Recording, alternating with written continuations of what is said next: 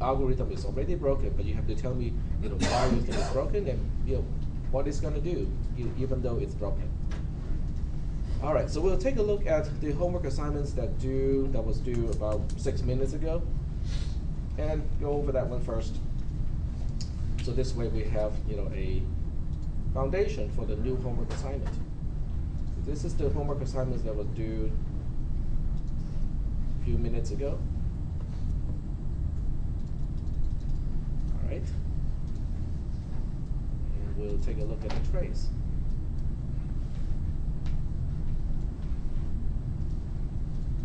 Oops. No. Zoom.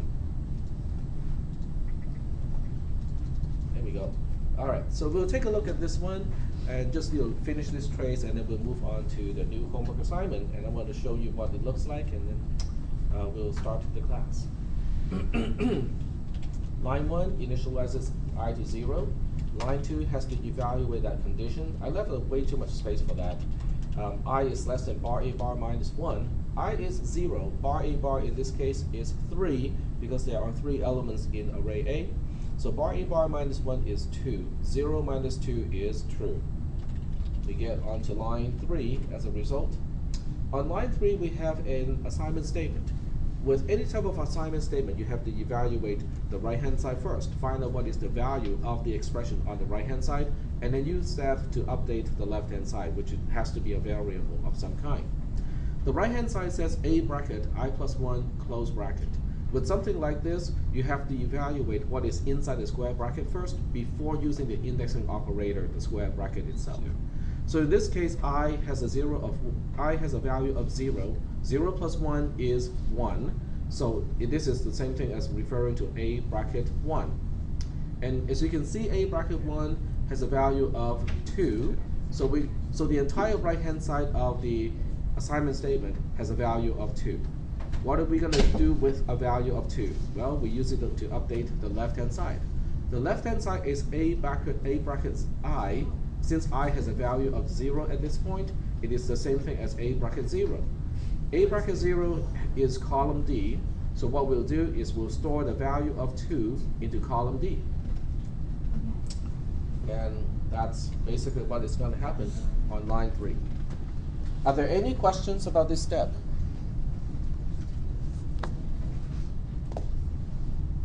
Are there any questions? So how did you get 2?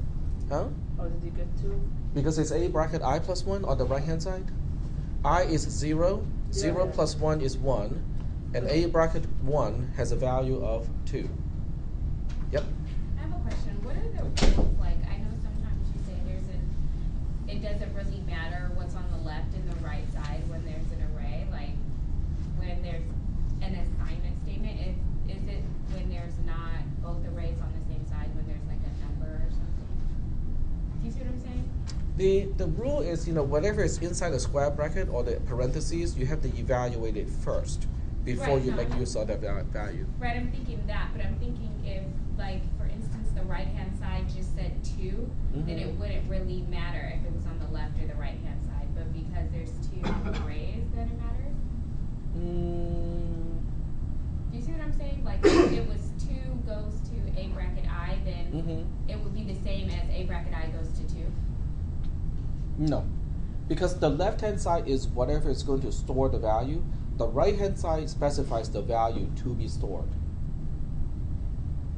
And that's always going to be the case with most programming languages. The left-hand side is always going to specify what is going to store a value, and then the right-hand side specifies what is the value to be stored to the left-hand side. Right, but I feel like in one of our lectures, it was like that, and it was like, do you see what I'm kind of saying? Could you, I don't know, like but wouldn't that be okay though, if it said A bracket I on the right-hand side stores to 2, so then A bracket 0 would go to 2, versus saying 2 goes to A bracket 0, then you would still put 2 in A bracket 0, wouldn't you?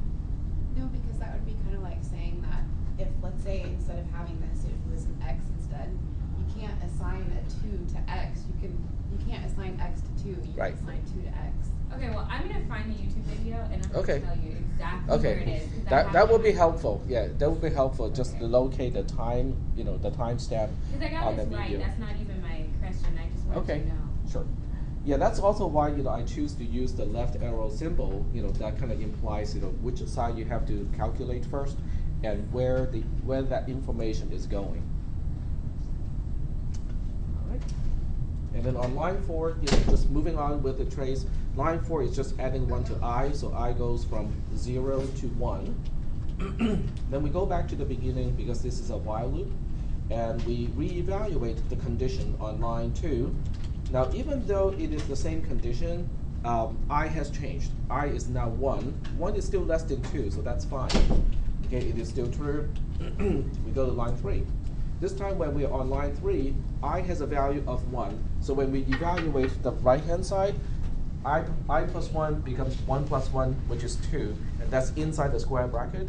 So we know that the value inside the square bracket is 2, but a square bracket 2 is referring to the third element, the last one in the array, which is column F. That has a value of 4. So the entire right-hand side evaluates to a value of 4 in this case. And then we have to figure out what is the left-hand side. The left-hand side is a bracket I, but I has a value of 1 at this point. So a bracket I is referring to a bracket 1, which is column E. So column E is the one that is getting updated with a value of 4. Remember 4 was specified by the right-hand side. And that's basically, the end of line 3, the assignment statement on line 3. Can you Then go we to move that on to again? line 4. Can you go to that again? Kind of lost me a little bit there. On line 3. Okay, which part did you, On line 3 and the second part. the second part? Yeah, line 3. Okay, so are you having question about the right-hand side or the left-hand side? On both. A little bit lost me there a bit. The right-hand side is, you evaluate I plus 1 first. I is 1, 1 plus 1 is 2. Yeah. So the whole right-hand side becomes a bracket 2. A bracket 2 has a value of 4 because it is the third element in the array. Okay. The right-hand side, that's the right-hand side. The right-hand side boils down to a value of 4.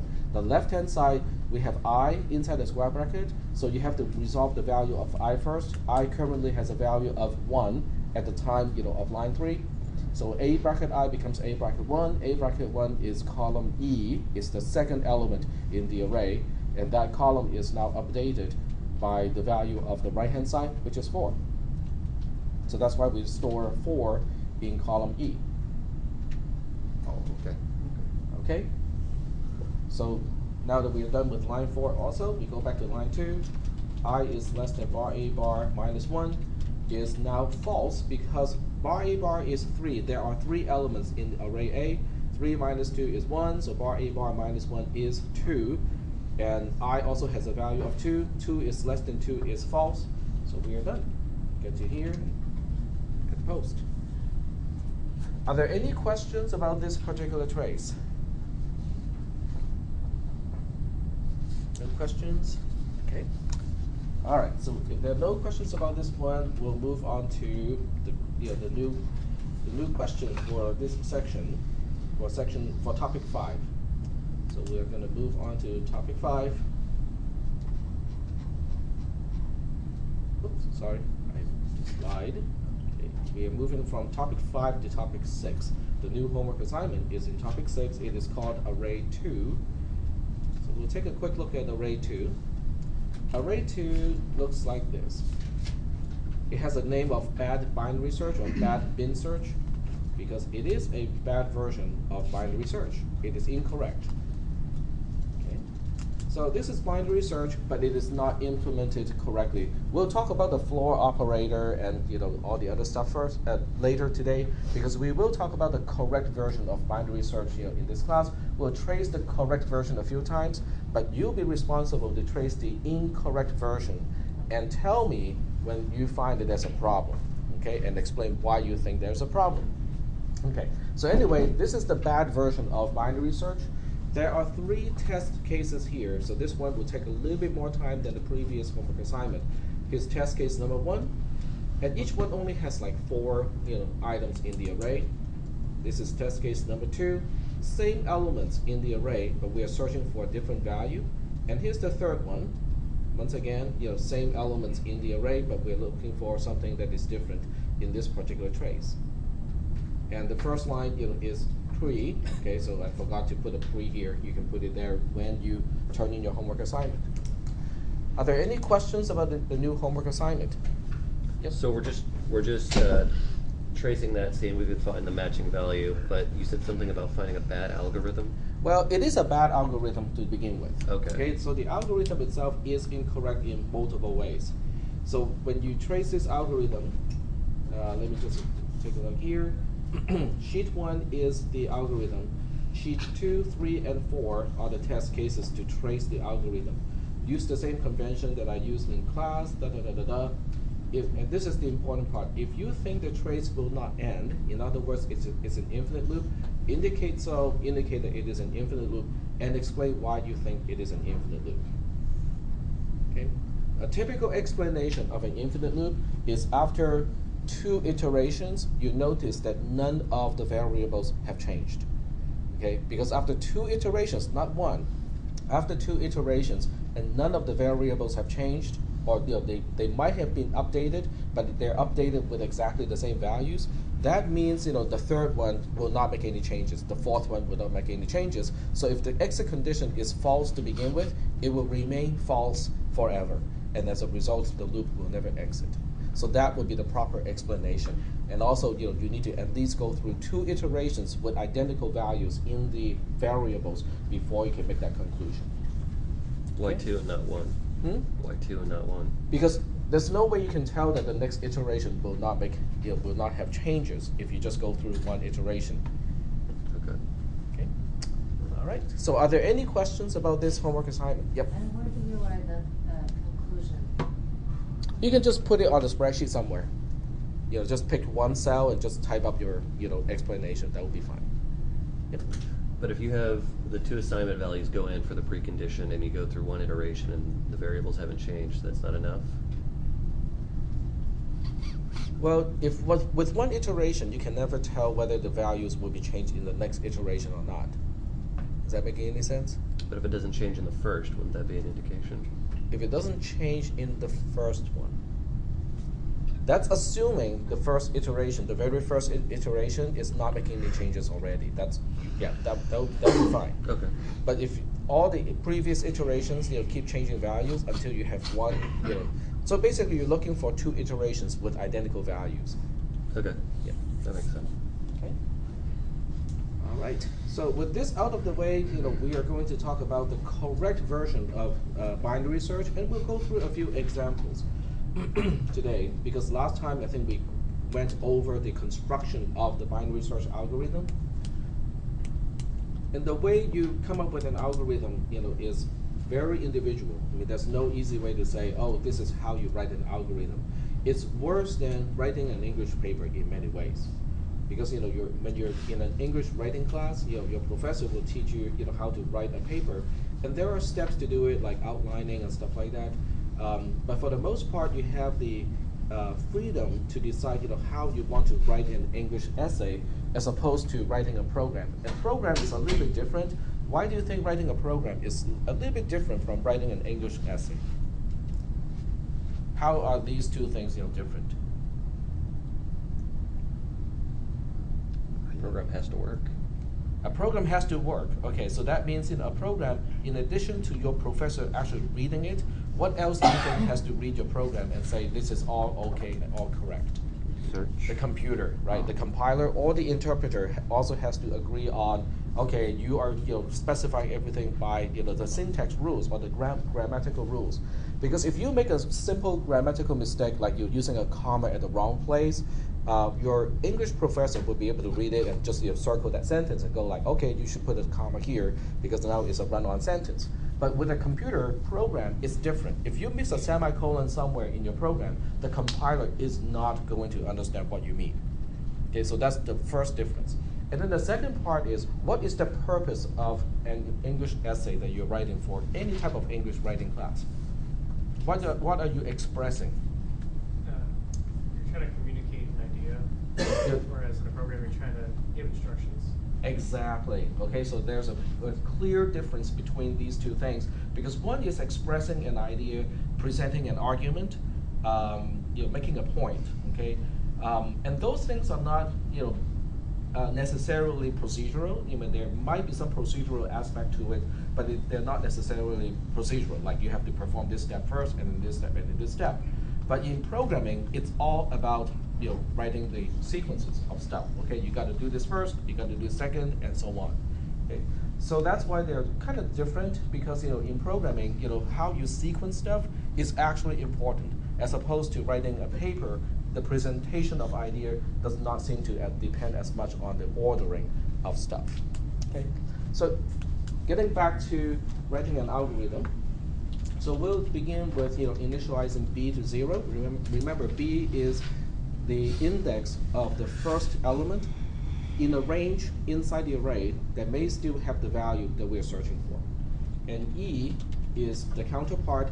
It is the index of the last element in the array, in a range inside the array that may contain the value that we are searching for. Assuming a is our array, the index of the last element is always bar a bar minus 1. In other words, the number of elements in an array minus 1 is the index of the last element, because we count from 0. That's right. Okay? Which is kind of counterintuitive, but it does work well in the world of programming, counting from 0 instead of counting from 1. And then we have a loop here. Now inside the loop, the first thing we want to do is to figure out the index of the one element that we want to compare to. And that, I'm using m to represent an index. The way to compute this is to use what we call a floor function, and I'll explain what it is, in just a little bit. And inside, we're just basically calculating the average between b and e. Okay? So let me just first explain what a floor function is. A floor function is fairly simple. What it is it is the largest integer that is less than or equal to whatever is inside the parentheses. Okay, I'll give you an example on the whiteboard. Okay. So let's take a look at the floor of 2.3. Okay, the floor of 2.3 is by definition the largest integer that is less than or equal to 2.3. What do you think is the largest integer that is less than or equal to 2.3? 2. That's right. Okay. Very good. Next example, this one is simple. What is the largest integer that is less than or equal to 4? 4 itself. And here's the last one, which is a really tricky one. What is the floor of negative 1.5? The largest integer that is less than or equal to negative 1.5 is negative 2. Yep. Now, since indexes cannot go negative, you don't have to worry too much about the tricky case, because the first two cases are not that tricky. Okay, you're just dropping the fractional part. Are there any questions about the definition of the floor function? So if it were 2.7, it would be 2 or yep, 3. The floor of 2.7 would still be 2. So it's not the same thing as rounding. It is just dropping the decimal part. So you're keeping the integer part and dropping the fractional part. All right. Are there any other questions about the floor function? Wait. So Okay. if you're not rounding, then I don't understand why the floor for the last one is negative 2. Because negative 2 is the largest integer that is less than or equal to negative 1.5. Negative 1 is larger than negative 1.5. Because if you look at the number line, you have 0 here, 1 here, negative 1, and negative 2 here. This is negative 1.5. So negative 2 is the largest integer that is still on the left-hand side of the number that we are dealing with. Okay. Since it's negative, doesn't that make it less? Huh? Maybe it's just me. No, Say again? Since it's negative, ain't that make it less? Negative what is less than negative what? You have to be specific, okay? Negative 2 is less than negative 1.5. Yeah. because it's on the left-hand side. Oh. And as a result, -2 is the floor of -1.5. Mm. How about 2.3? 2.3, negative or not? Just break. I Positive. didn't understand your explanation, like, The largest integer that is less than or equal to 2.3 is 2, less than? or equal to.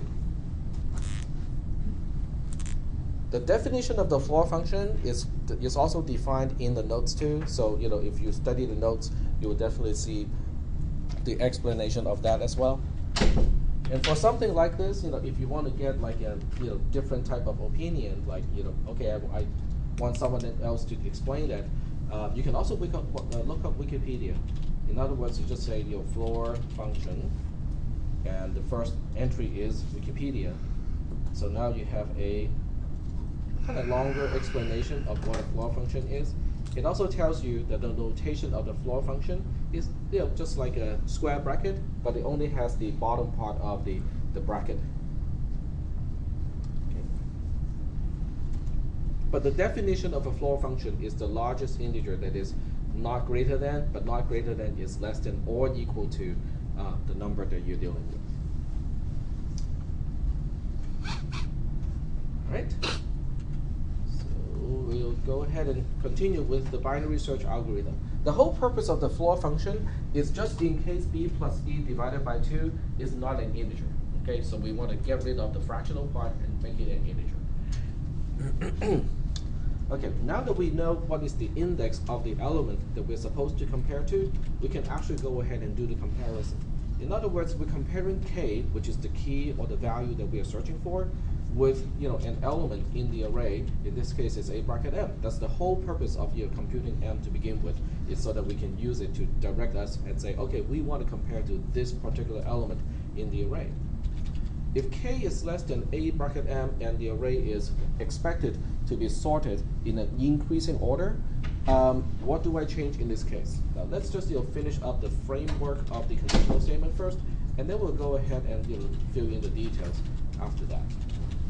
Okay, so if k is less than a bracket m, then k is also going to be less than a bracket m plus 1, it's also going to be less than a bracket m plus 2, and so on, because the array is sorted in a non-decreasing order.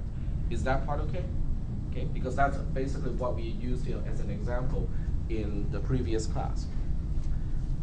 So as a result, which one should I move? Should I move b or should I move e?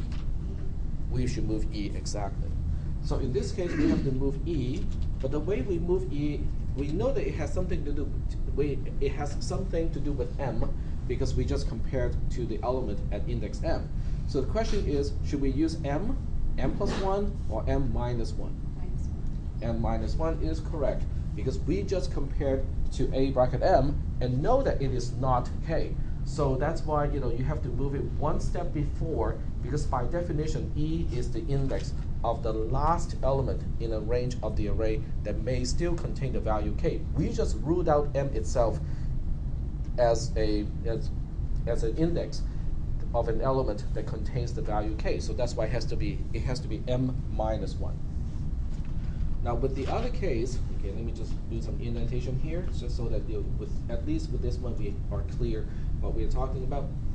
Okay, with the other one, if k is larger than a bracket m, then it's also going to be larger than a bracket m minus 1, and it's also going to be larger than a bracket m minus 2, and so on, because the array is sorted. Everything before a bracket m are already less than or equal to a bracket m, and since a bracket m itself is less than k, all of those will be less than k, which means none of those can equal to k.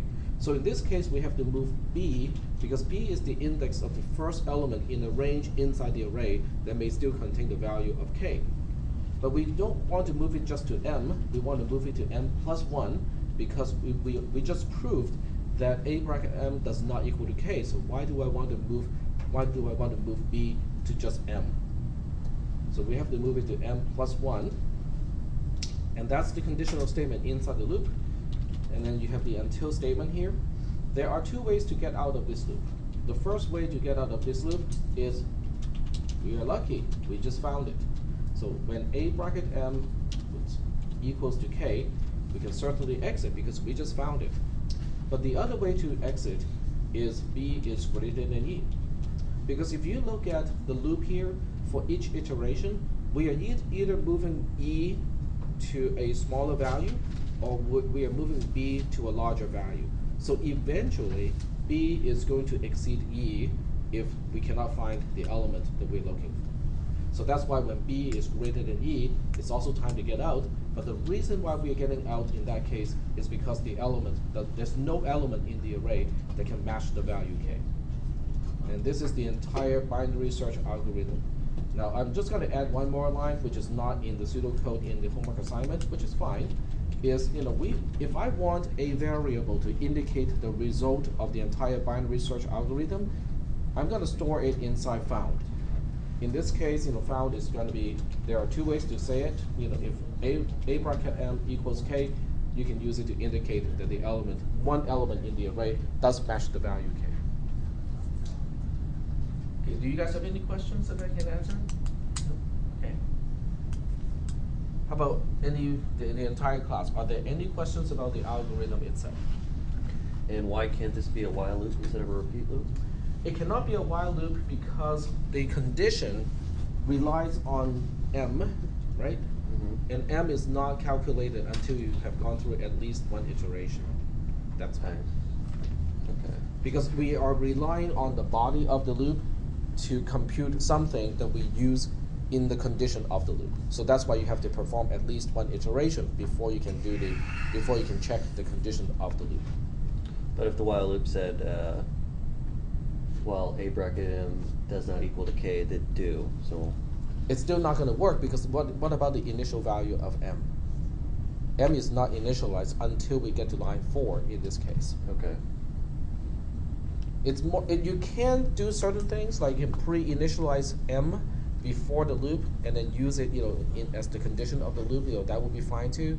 But that's, kind of awkward because, inside the loop we have to initialize m to get it ready for the next iteration anyway.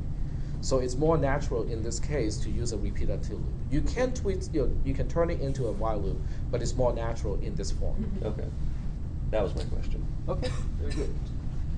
All right, so now that we have this, conditional statement here, this loop here, I'm just kind of debating what to do with this, what to do to trace it. So, let's see. Okay, so I'll do something that some people would say is really, really bad or confusing. I'm just going to use my homework assignment to trace the correct version of the binary search algorithm. Okay, so this can be good, can be bad, it depends on how you look at it.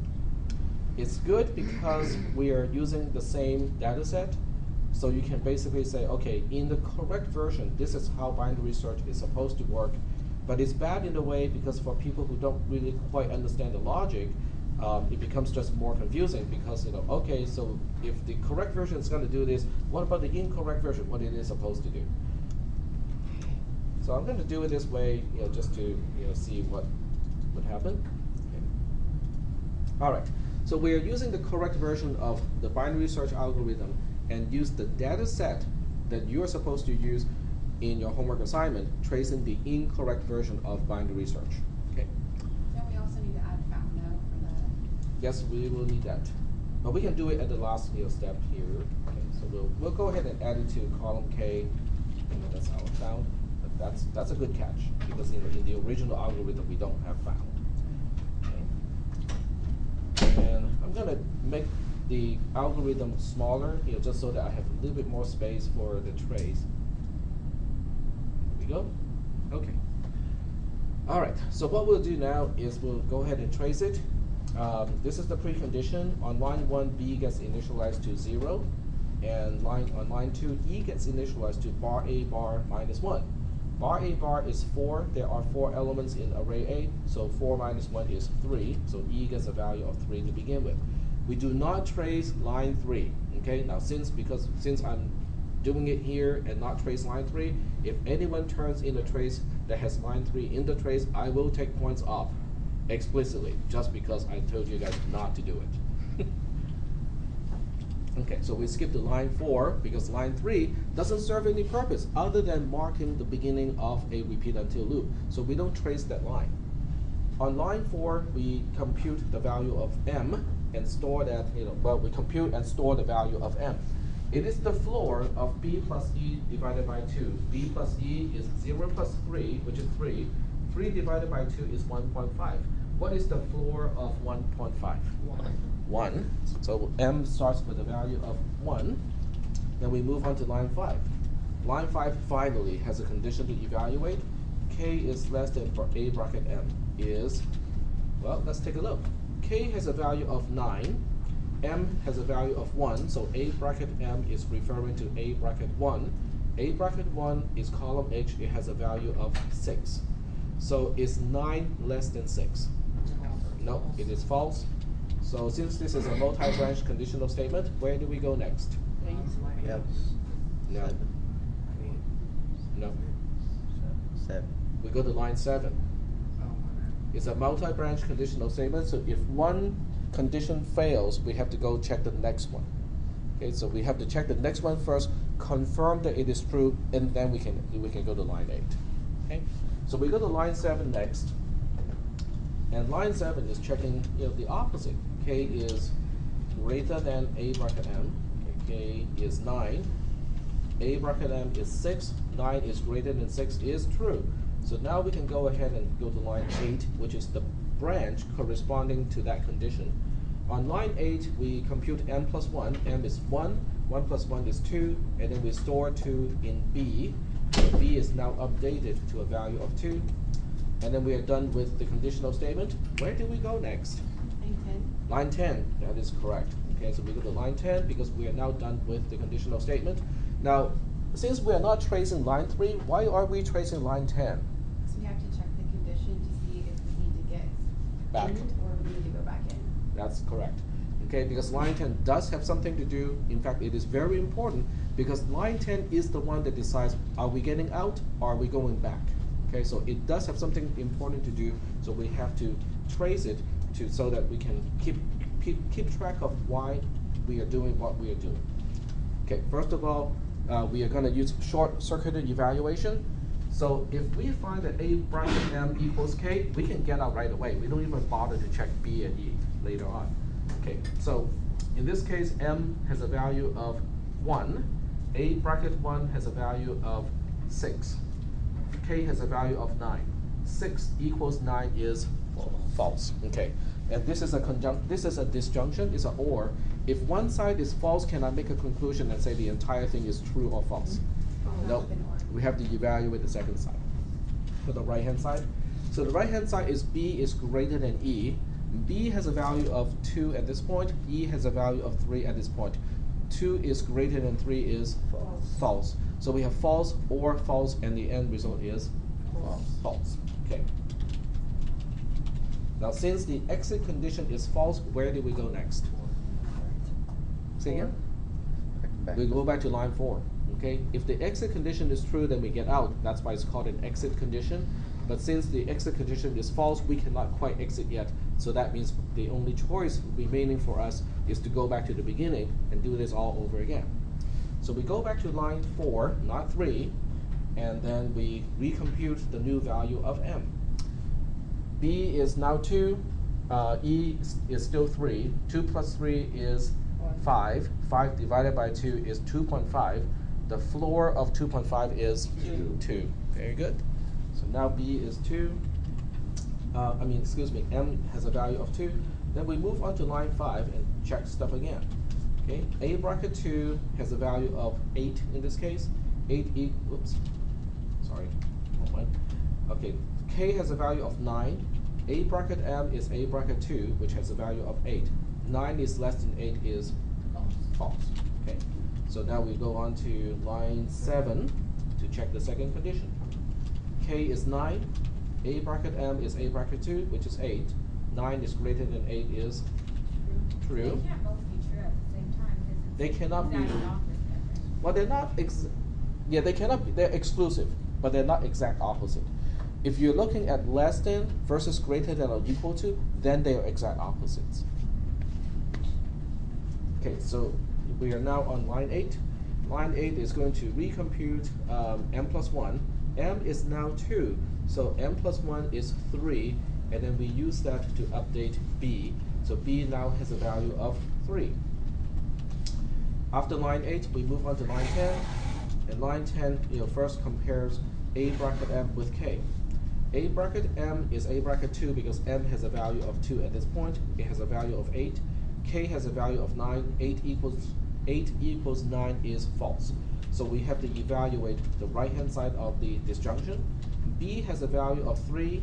E has a value of 3. 3 is greater than 3 is false.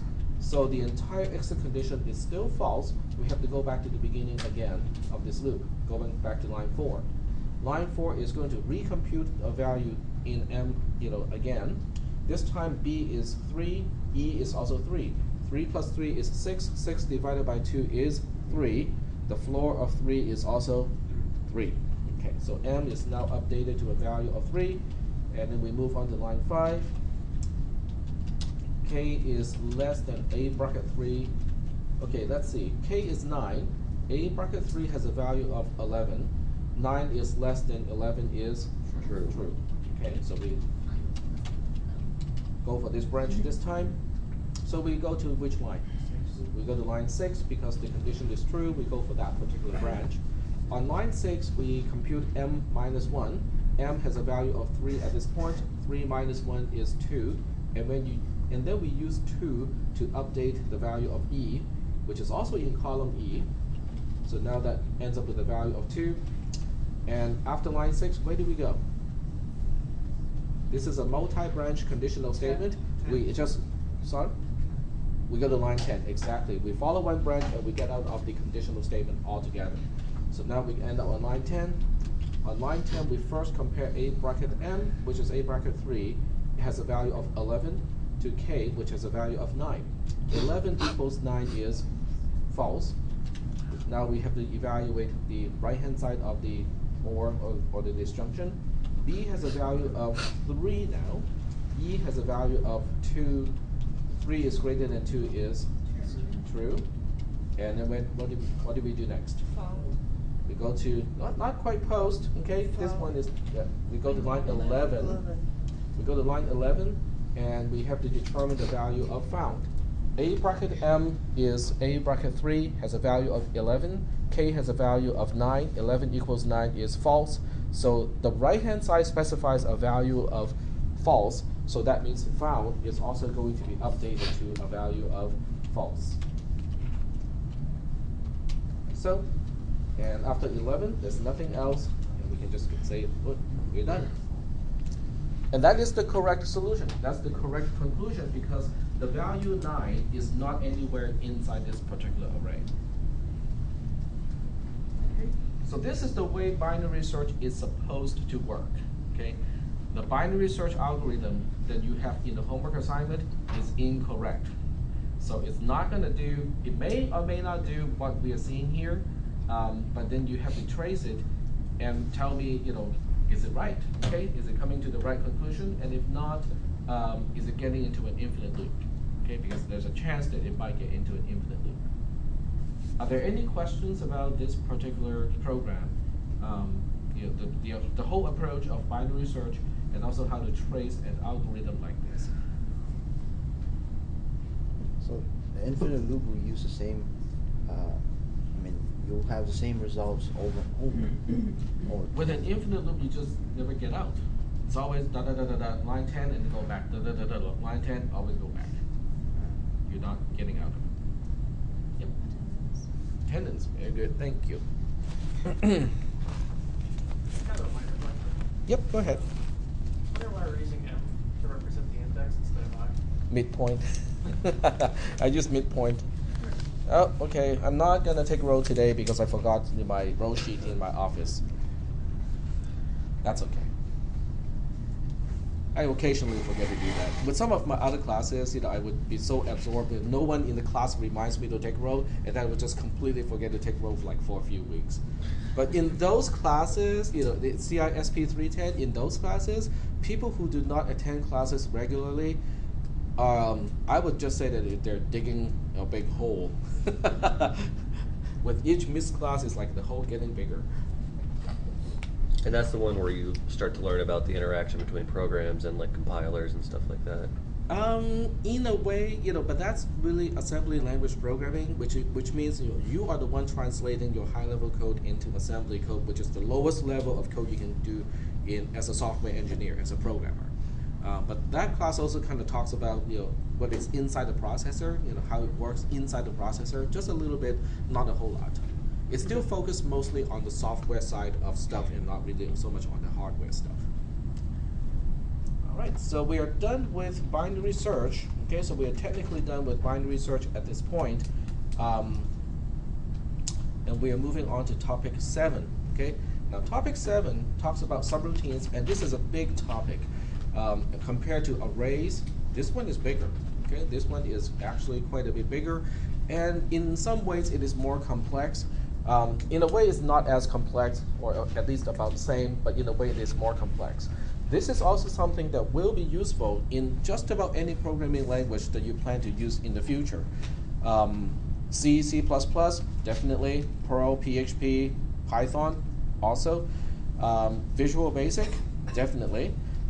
You can name most programming languages and it would say that subroutine or the concept of subroutine is present and they work exactly the same way as what we describe here.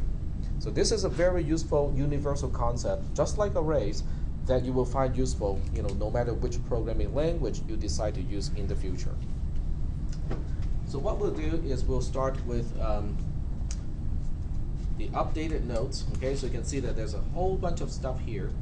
And the updated notes is special because it is basically a quick summary of all of the stuff that you need to understand about subroutines. But in this case, it is presented in a kind of more simplistic way compared to the other notes. It is not conflicting with all the other stuff. It is just, I think it's more concise in a way. So we'll basically use this as a basis, but if you have read the other ones too, you should find that the other ones are not conflicting with this one. It's just that this one is a little bit better in terms of the representation and how things are put together. Okay, all right. So what we'll do is we are going to move on, and basically every time we do something, we have to refer to columns now. Okay, so column numbering or column referring becomes more and more important as we do stuff like this. And instead of just kind of explaining what it is in a dry way, we'll start with a trace, okay? And then we'll talk about what a subroutine is, after the trace. A subroutine as a concept starts with its own definition. The definition of a subroutine is about the same thing as the definition of a word in a dictionary, okay? So I would do a subroutine here, and for the lack of creativity, I'm just going to call this subroutine XYZ. Okay, and inside XYZ, we can do certain things. Let's say we just want to double the value of X and add 1 to it. Okay, so we'll first double the value of X and then we add 1 to the value of X, and then we use end define sub to indicate that's the end of the subroutine. Okay. Remember, a subroutine is basically a definition of some kind. It's basically saying, oh, every time you say XYZ, I'm going to do this. Okay? Every time you say XYZ, I'm going to double the value of X and then add 1 to it. And you can, well, that's good because it's a shorthand. Okay? So you can kind of look at a subroutine as a shorthand. So instead of saying, well, this is a really short subroutine. Okay? But imagine you have a long subroutine with like 10, 20 lines. Then instead of repeating those 10 or 20 lines of stuff, to do, I can just say, go do XYZ, okay? Which is a lot more concise. Are we getting the concept of what a subroutine is? Okay. It's kind of like, when you look at, a dictionary, okay? There are words that can take the place of entire phrases or sentences, okay? Give me one example. Give me the definition of one word that otherwise would take like a lot of words to explain. Melancholy. Sorry? Melancholy. Okay, so what is the definition? It's a long period of sadness. Okay, so give me one sentence that uses that word. After my divorce, I'm not divorced. No, I know. Just give me an example. That's just an example. After my divorce, I went through a period of melancholy. Okay, so without that word, how would you write the same sentence? How would you express the same thing? After my divorce, I went through a long period of sadness that seemed like it would never end. Exactly. Okay, so that's also what a subroutine can do. Is it is just spelling out something so that every time you refer to that name, the name of the definition itself, becomes meaningful. You're invoking that meaning. Okay. All right. So we'll go ahead and see how we make use of this. Okay. Because in a sentence you just refer to a word that is previously defined, but in a case like this, it's a little bit different. Okay. So we'll initialize x with a value of something first. Okay. Initializing it to 0 first, it doesn't really do a whole lot of fun stuff. So we'll initialize it to 4. And then instead of just using the word XYZ, in this class, we basically make it very explicit and say that we're invoking the subroutine called XYZ. Okay? What does the word invoke mean? Execute. Execute, start, trigger. Okay? So for those of you who want to find, okay, but I really don't feel comfortable with the word invoke, you can actually go to Google and say define invoke, or whatever word you want to define. And Google has its own way of looking up a definition. So in this case, it is to cite or appeal to as an authority for an action or in support of an argument, which is really kind of a long and kind of out of context definition of invoke. It's just basically triggering, okay, execute or start, okay.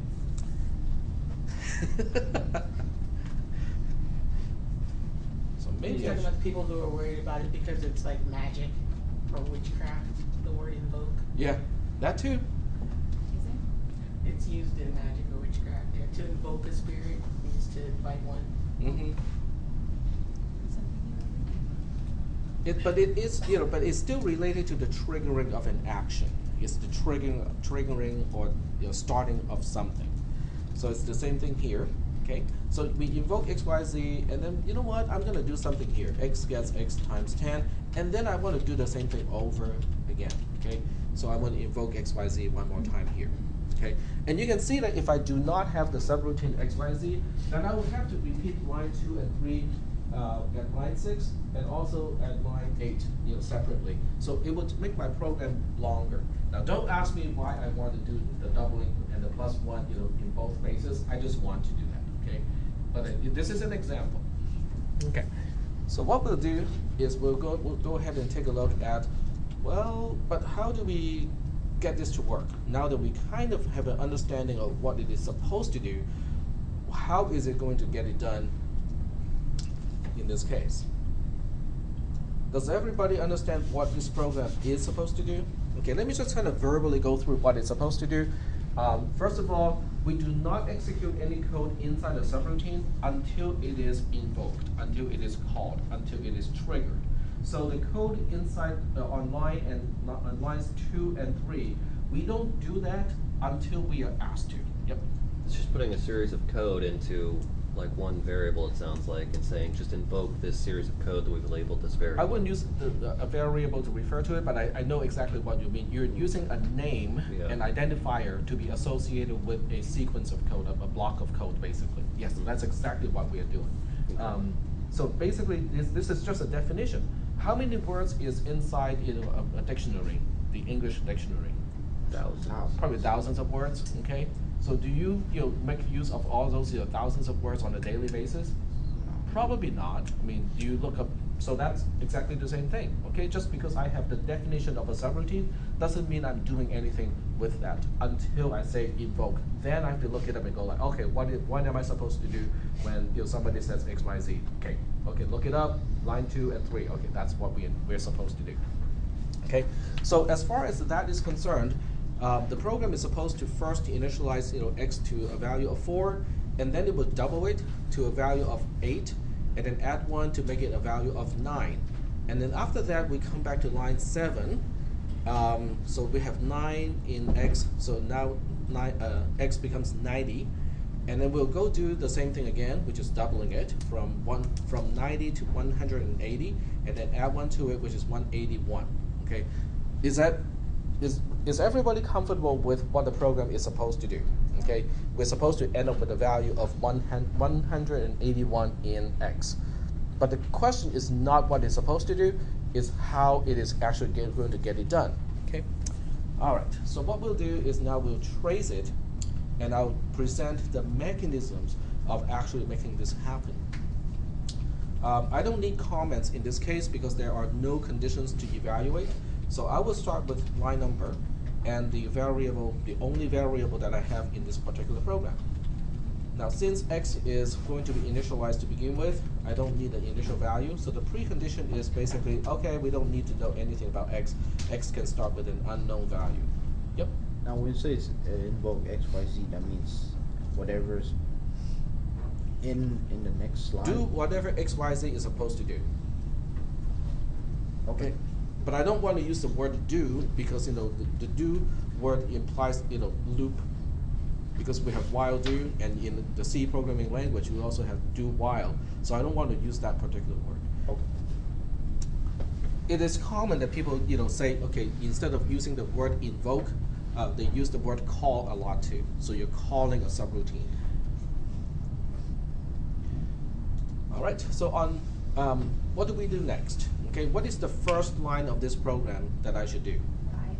Line 5, exactly. So we have to start with the first line that is not inside a subroutine. So in this case, line 1, 2, 3, 4 are related to the definition of a subroutine. So we don't want to start with lines 1, 2, 3, 4. But line 5 is outside of the definition of a subroutine. It's the first line outside of the definition of a subroutine. So we'll start with line 5. On line 5, x gets initialized to 4. And then on line 6, we have to invoke XYZ. Now, this is the tricky part. Okay, how do we get to the subroutine? Okay, so sorry. Should go to line 2 from there. We go to line 2. Okay, so what we'll do is we'll do it the intuitive way first, and then we'll go back and kind of change this a little bit so that we know okay, what is the exact mechanism that allows us to do what we are supposed to do. Okay, so yes, you're absolutely right. We're supposed to go to line 2, but I'm not going to put line 2 here. I will leave a row in between. Okay, so if you're writing this down on your notes, I would leave just a little space so that you can later on backfill that space. Okay, because we will need to do that. Okay, line 2 is nothing mysterious. If you look at line 2, it's just doubling the value of x and then store it back into x. So x goes from 4 to 8. And then line 3 is sequential to line 2, no problem. It is just adding 1 to x. X goes from 8 to 9. And then where are we supposed to go now? We're supposed to go back to 7. We're supposed to go back to 7 because 7 is right after the invoke, or the or line 6 that got us here to begin with. So leave one line here because we will need that line. And then we go back to. Let's see, this one I don't think we need an empty line here. I think we can probably just to be safe, you can leave an empty line. We may not actually need an empty line. So we go back to line 7. Actually we do. Leave one line here. We go back to line 7. And then on line 7, we are going to multiply the value of x by 10 and then store that value back into x. So x becomes 90. And then we'll do the same thing again. Okay, so on line 8, we are going to go to continue execution to inside the subroutine, which is on line 2. Leave one line here. So we continue execution on line 2, which is doubling the value of x. So x goes from 80 to it goes from 90 to 180. And then on line 3, we just add 1 to it. It becomes 181. And then where do we go? We are now at the end of the definition of a subroutine. Where are we supposed to go back to? It would be the end. It would be the end, so that would be post, right? So leave one line in between, and then just say that post. We're getting back to post. Okay. So this is the right sequence. Okay. Yep. Go ahead. I'm a little confused on why we went back to from 8 to 2. Because on line 8 we are invoking XYZ, so we have to do whatever XYZ is referring to, which is the definition of the subroutine. So basically, when we went, where we at? 5 and 6. So after 6, we invoked it with 2 and 3, and then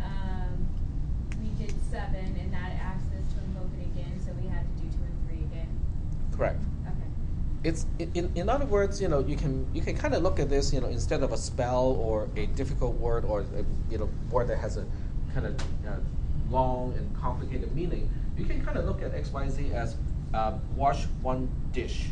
Okay, so washing one dish, has a procedure to it. You have to pick it up from the dirty dish tray, use a sponge, wash it, and then you have to rinse it and then put it on to the clean dish rack. Okay, that's how to do one single dish. Okay, so this is kind of saying, instead of telling my kid, the entire procedure every single time, I'm just going to tell them, oh, after you're done with your soup, just make sure you clean up that particular bowl. But I don't have to re-explain, what are the basic steps of cleaning up your bowl. You have to use soap, the sponge, rinse it, and then put it back onto the clean rack. Okay, so that's the same thing. So if I tell my kids, oh, by the way, wash up, that bowl, clean up the table, and then also wash the pot. Okay, so that means, so I can say, okay, after you wash your bowl, the next thing to do is to clean up the kitchen, the table, and then after that, they have to wash another thing, which is the pot. Okay, it's the same thing here. Okay, you invoke something, you do something else, and then you can invoke it again. All right. Yep. So what is the space between the lines? What is the Oh, space well, between that's a very good question, because we are just going to explain that right now. Okay, the question is going from line 2 to, from line 6 to line 2 is easy. Okay, it's easy because we are using XYZ as an identifier of where we're supposed to go. Is that making any sense? Because I'm just saying, okay, go do whatever XYZ is defined to be. Okay, but what is XYZ? Let me look it up. Okay, lines 1, 2, 3, 4 is the definition of what XYZ is supposed to do. So that's why going from line 6 to line 2 is an easy one. Same thing applies to going from line 8 to line 2, because we are spelling out what we are supposed to do by name. Okay, XYZ is the name of the thing that we are supposed to do. That is not the mysterious part. The mysterious part is how did we end up on line 3?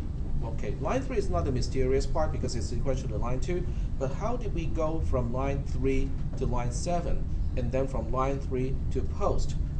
That is the part that is somewhat mysterious, because how did we keep track of all of these things?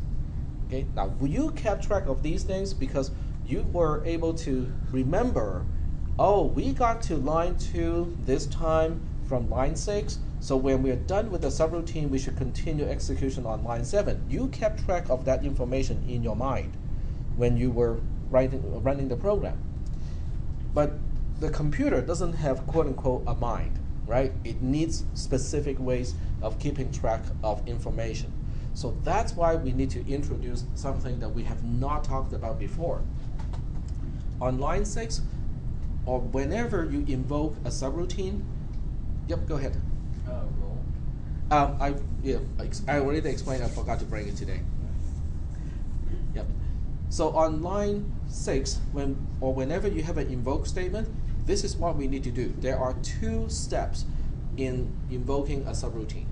The first step to invoke a subroutine is to allocate a new column. In other words, at this point, only column A and column B are in use. One for the line number, which is really just indicating where we are in the program. And column B is the only actual column that will be consuming any type of memory space in the computer because it needs to keep track of a variable.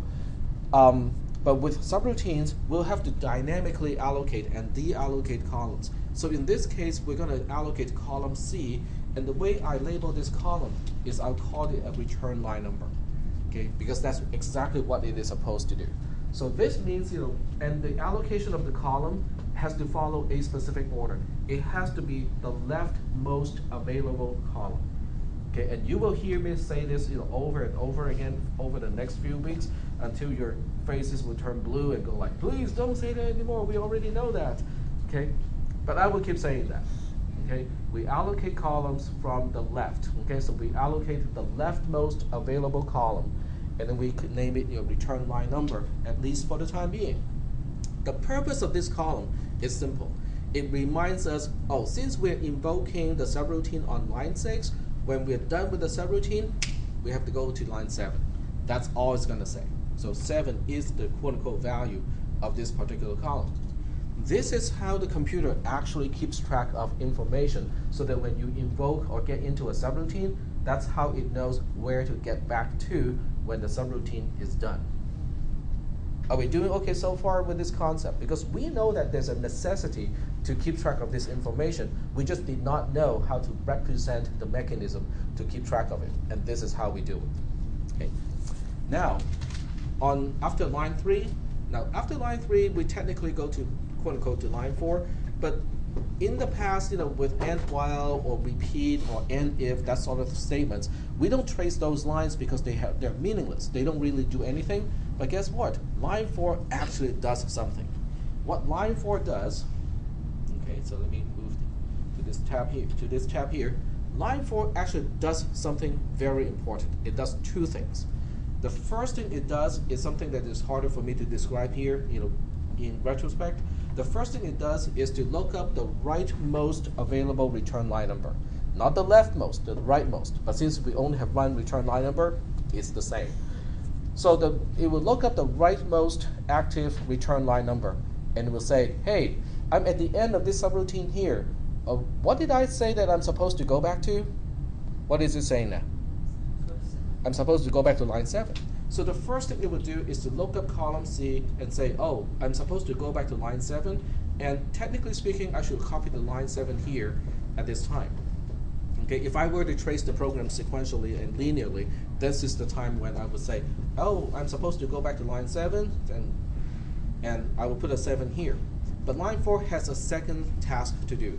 The second task for line 4 to do is to say that, oh, you know what, I just made use of this return line number. It is no longer needed. So what I'll do is I'm going to deallocate that column so that it can be available for further use later on. The way I represent this is, okay, the way I do this is I use format characters and do a strikeout.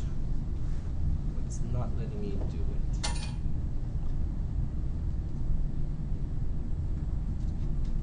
It's probably under font.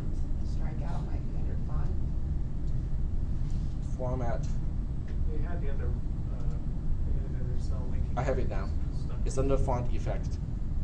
But because I was copying, that's why it wasn't doing it. So I have to go to strikeout and do a single strikeout. This is how I represent that at this point on line 4, this column is no longer in use. I'm freeing it up so it can be used later on.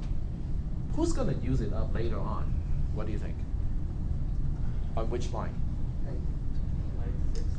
On line? No, we just got past line 6 here. On line 8, exactly. Because on line 8 is a subroutine call, is an invoke statement.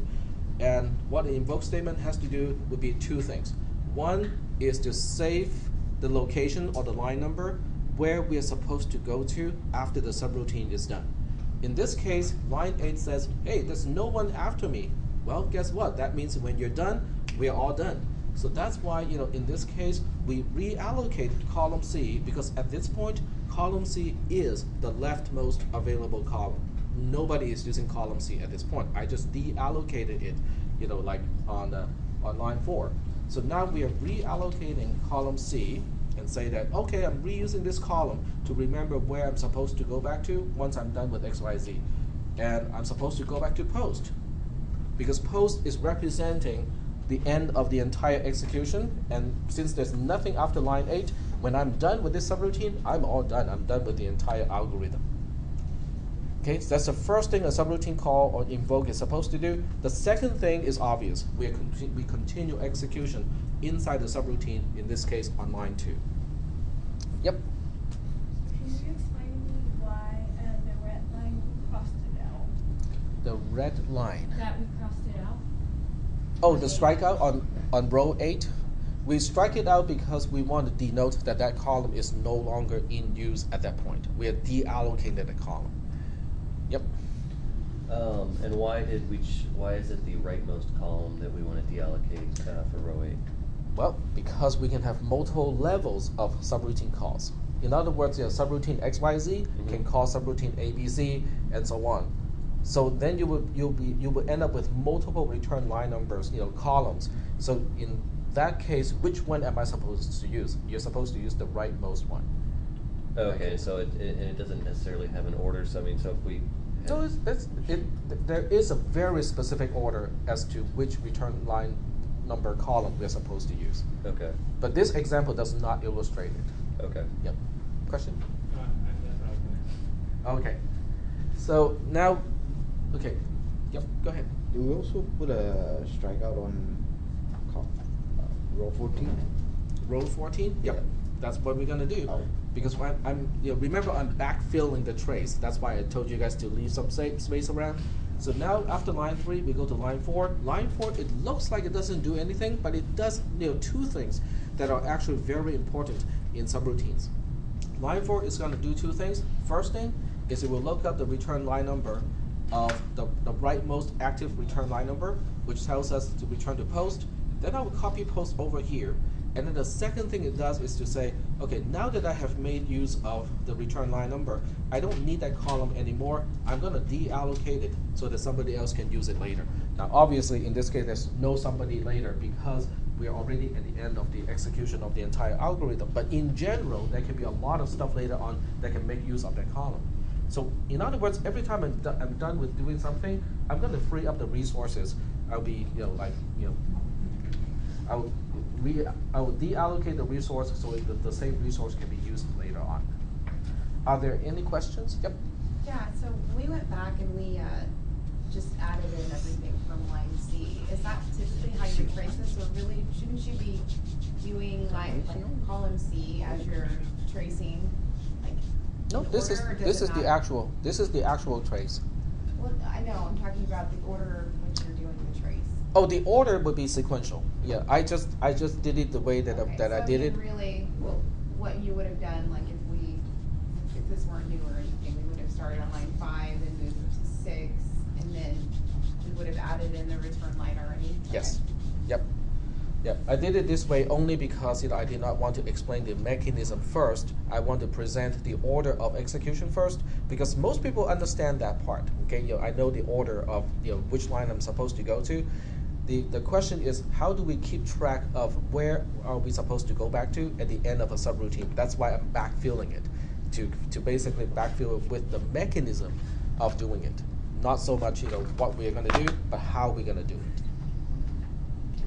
So are there any questions at this point about the use of a subroutine at this point? No questions? All right. So I think we have enough time for a second example. So in the second example, we'll do something like this. We'll define the subroutine called ABC. ABC is going to do something with x, okay? I'm going to double the value of x in ABC. And then we'll do something to invoke subroutine DEF. Okay.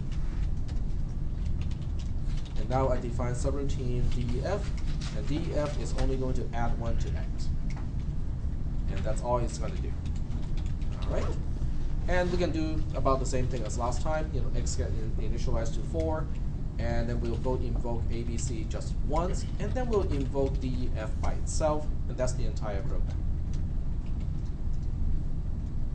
With this one, I will kind of speed through the trace, so we can come back and explain this one on next Tuesday.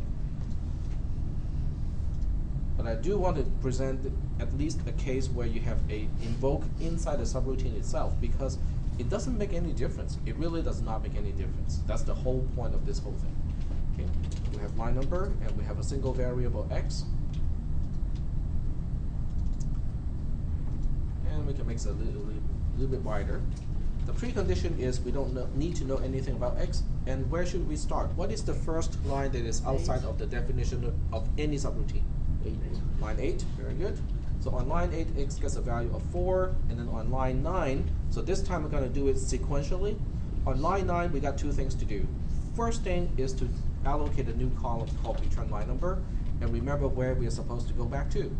Since this is on line 9, when we are done with the subroutine, we should continue on to line 10. Okay. and then we go to the subroutine. Okay, that's the second thing a subroutine, an invoke statement is supposed to do, is to continue execution inside the subroutine. The subroutine in this case is ABC, so we continue execution on line 2.